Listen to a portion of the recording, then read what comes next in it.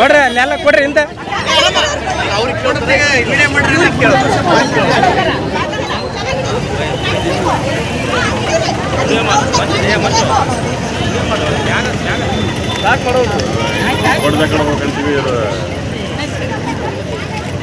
ಬೈರಿ ಈ ಕಡೆ ಬರ್ರಿ, ಸೈಡ್ ಬರ್ರಿ, ಎಲ್ಲರೂ ಬರ್ರಿ.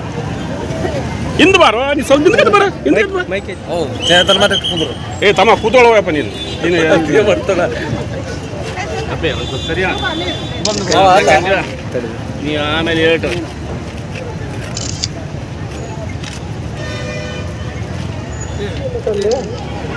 ಸರಿ, ಥ್ಯಾಂಕ್ ಯು. ಮೊನ್ನೆ ಗಂಗಾವತಿ ನಗರದಲ್ಲಿ ಬಿಜೆಪಿ ಪಕ್ಷದ ವತಿಯಿಂದ ಬೆಲೆ ಏರಿಕೆಯ ವಿರುದ್ಧವಾಗಿ ಪ್ರಸ್ತುತ ಕರ್ನಾಟಕದ ಕಾಂಗ್ರೆಸ್ ಸರ್ಕಾರದ ವಿರುದ್ಧ ಒಂದು ಪ್ರತಿಭಟನೆಯನ್ನ ಹೊಂದಿದ್ದರು. ಖಂಡಿತ ಅದು ಸಂವಿಧಾನಯುತವಾದ ಹಕ್ಕು. ಪ್ರತಿಭಟನೆ ಮಾಡುವುದನ್ನು ಹತ್ತಿಕ್ಕುವ ಸ್ವಾತಂತ್ರ್ಯ ಈ ದೇಶದಲ್ಲಿ ಯಾರಿಗೂ ಇಲ್ಲ. ಆ ಒಂದು ಪ್ರಜಾಪ್ರಭುತ್ವದ ನಿಲುವಿಗೆ ಬದ್ಧರಾಗಿ ನಾವು ಕೂಡ ಇಂದು ಈ ದಿನ ನಾವು ಪ್ರತಿಭಟನೆಯನ್ನು ಮಾಡ್ತಾ ಇದ್ದೀವಿ. ಆದರೆ ಮೊನ್ನೆಯ ದಿನ ಪ್ರತಿಭಟನೆ ಮಾಡಲು ಅನುಮತಿ ತೆಗೆದುಕೊಂಡಿದ್ದು ಬೆಲೆ ಏರಿಕೆಯ ವಿಷಯವಾಗಿ. ಆದರೆ ಪ್ರತಿಭಟನೆಯ ಉದ್ದಕ್ಕೂ ಕೂಡ ನಮ್ಮ ಜಿಲ್ಲಾ ಉಸ್ತುವಾರಿ ಸಚಿವರಾದಂತಹ ಸನ್ಮಾನ್ಯ ಶ್ರೀ ಶಿವರಾಜ್ ತಂಗಡಗಿ ಅವರನ್ನ ತೇಜೋವಧೆ ಮಾಡುವಂತಹ ಹೇಳಿಕೆಗಳಿಗೆ ಸೀಮಿತವಾಗಿರುವ ಪ್ರತಿಭಟನೆಯ ವಿರುದ್ಧ ಈ ಪ್ರತಿಭಟನೆ ಅನ್ನೋದನ್ನ ನಾವು ಈ ಸಂದರ್ಭದಲ್ಲಿ ಹೇಳೋದಕ್ಕೆ ಇಷ್ಟಪಡ್ತಾ ಇದ್ದೀನಿ. ಮಾನ್ಯ ಸ್ಥಳೀಯ ಗೌರವಾನ್ವಿತ ಎಲ್ಲ ಬಿಜೆಪಿ ನಾಯಕರಿಗೆ ನಾನು ಮನವಿಯನ್ನ ಮಾಡಿಕೊಳ್ತಾ, ನೀವೆಲ್ಲರೂ ಇಲ್ಲಿವರೆಗೂ ನಿಮ್ಮ ಪಕ್ಷದ ಸಿದ್ಧಾಂತ ಅಂತ ಹೇಳಿಕೊಂಡು ಸಂಸ್ಕೃತಿ, ಸಂಸ್ಕಾರ, ಸನಾತನ ಧರ್ಮದ ಹೋಲ್ಸೇಲ್ ಗುತ್ತಿಗೆಯನ್ನು ತೆಗೆದುಕೊಂಡು ಮಾತನಾಡತಕ್ಕಂಥ ನೀವುಗಳು ನಿಮ್ಮ ಉಪಸ್ಥಿತಿಯಲ್ಲಿಯೇ ಈ ತರ ಕೃತ್ಯಗಳು ನಡೆಯುವಾಗ ನೀವೆಲ್ಲರೂ ನಿಂತಿದ್ದು ಕೂಡ ನಾನು ಅದಕ್ಕೆ ತಕರಾರನ್ನ ವ್ಯಕ್ತಪಡಿಸುತ್ತಾ, ದಯವಿಟ್ಟು ಇನ್ನು ಮುಂದೆ ಇಲ್ಲಿವರೆಗೂ ಕೂಡ ಪ್ರತಿಭಟನೆಗಳಾಗಲಿ ಹೋರಾಟಗಳಾಗಲಿ ತನ್ನ ಪ್ರಬುದ್ಧತೆಯ ಹಂತಗಳನ್ನು ಮೀರಿರಲಿಲ್ಲ. ಆದರೆ ಈ ಸನ್ಮಾನ್ಯ ಶ್ರೀ ಗಾಲಿ ಜನಾರ್ದನ್ ರೆಡ್ಡಿ ಅವರು ಶಾಸಕರ ಆದ ದಿನದಿಂದ ಈ ನಮ್ಮ ಕೊಪ್ಪಳ ಜಿಲ್ಲೆಯ ಒಂದು ಸಂಸ್ಕೃತಿಯನ್ನ ಮರೆತು ತಮ್ಮ ಸಂಸ್ಕೃತಿಯನ್ನ ಒತ್ತಾಯದಿಂದ ಈ ನಾಡಿಗೆ ಗಂಗಾವತಿಗೆ ಹೇರ್ತಾ ಇದ್ದಾರೆ. ಅದಕ್ಕೆ ನಾವು ಖಂಡಿಸ್ತಾ ಇದ್ದೀನಿ.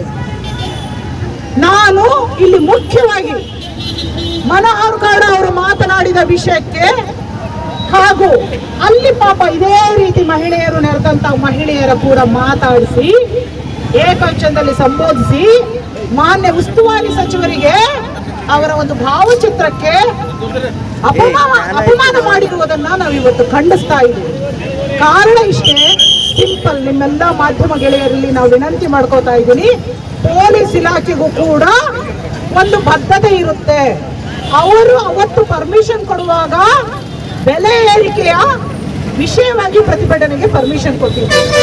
ಕಾನೂನನ್ನ ಮೀರಿ ಅವತ್ತು ಇಲ್ಲಿ ಅವರು ನಡ್ಕೊಂಡ ರೀತಿಯನ್ನ ನಾವು ಖಂಡಿಸ್ತಾ, ಮನೋಹರ್ ಗೌಡ್ರೆ ಭಾಷಣದುದ್ದಕ್ಕೂ ಕೂಡ ಪಾಪ ಅನೇಕ ಪ್ರಶ್ನೆಗಳನ್ನ ಮಾನ್ಯ ಉಸ್ತುವಾರಿ ಸಚಿವರಿಗೆ ನೀವು ಕೇಳಿದ್ದೀರ. ನಿಮ್ಮ ಲೆವೆಲ್ಗೆ, ನಿಮ್ಮ ಹಂತಕ್ಕೆ ನಮ್ಮ ಜಿಲ್ಲಾ ಉಸ್ತುವಾರಿ ಸಚಿವರು ಬಂದು ಉತ್ತರ ಕೊಡಬೇಕಾಗಿಲ್ಲ. ಇಲ್ಲಿ ನಡೆದಂತ ನಾವೆಲ್ಲ ಮಹಿಳೆಯರು ನಿಮ್ಗೆ ಉತ್ತರ ಕೊಡೋದಕ್ಕೆ ಬಂದು ನಿಂತಿದ್ದೀವಿ. ನೀವೆಲ್ಲ ಜೋರಾಗಿ ನಾನು ಮಾತಾಡಿದಾಗ ಸರಿ ಇದ್ರೆ, ನಿಮಗೆ ಸರಿ ಅನ್ಸಿದ್ರೆ ನೀವು ಚಪ್ಪಾಳೆ ಮೂಲಕ ಅದನ್ನ ಪುರಸ್ಕರಿಸಬೇಕು. ಗಾಲಿ ಜನಾರ್ದನ್ ರೆಡ್ಡಿ ಅವರಿಗೆ, ಜನಾರ್ದನ್ ರೆಡ್ಡಿ ಅವರಿಗೆ, ಅಕ್ರಮ ಗಣಿಗಾರಿಕೆಯ ಆಪಾದನೆ ಹೊತ್ತಂತ ಜನಾರ್ದನ ರೆಡ್ಡಿ ಅವರಿಗೆ, ಮಹಾ ಮೋಸಗಾರ ನಯವಂಚಕ ಜನಾರ್ದನ್ ರೆಡ್ಡಿ ಅವರಿಗೆ, ಮಾತೆತ್ತಿದ್ರೆ ಸುಳ್ಳನ್ನು ಹೇಳುವ ಜನಾರ್ದನ್ ರೆಡ್ಡಿ ಅವರಿಗೆ, ಗಂಗಾವತಿ ಕ್ಷೇತ್ರ ನಿಮ್ಮ ರಾಜಕೀಯಕ್ಕೆ ಮರುಪ್ರವೇಶದ ಭಿಕ್ಷೆ ಕೊಟ್ಟಿದೆ. ಆ ಕ್ಷೇತ್ರದ ಅಪಮಾನವನ್ನು ಮಾಡ್ತಾ ಇರುವಂತಹ ಜನಾರ್ದನ್ ರೆಡ್ಡಿ ಅವರಿಗೆ ಈ ರೀತಿ ಜನಾರ್ದನ್ ರೆಡ್ಡಿಯವರು ಬೇರೆ ಜಿಲ್ಲೆಯಿಂದ ಬಂದಿರುವರು. ಹೌದು ಸ್ವಾಮಿ, ತಂಗಡಿಗೆಯವರು ಬೇರೆ ಜಿಲ್ಲೆಯಿಂದಲೇ ಬಂದಿದ್ದಾರೆ. ಆದರೆ ಪ್ರಜಾಪ್ರಭುತ್ವದ ಪ್ರಕ್ರಿಯೆಯಲ್ಲಿ ಬಂದಿದ್ದಾರೆ.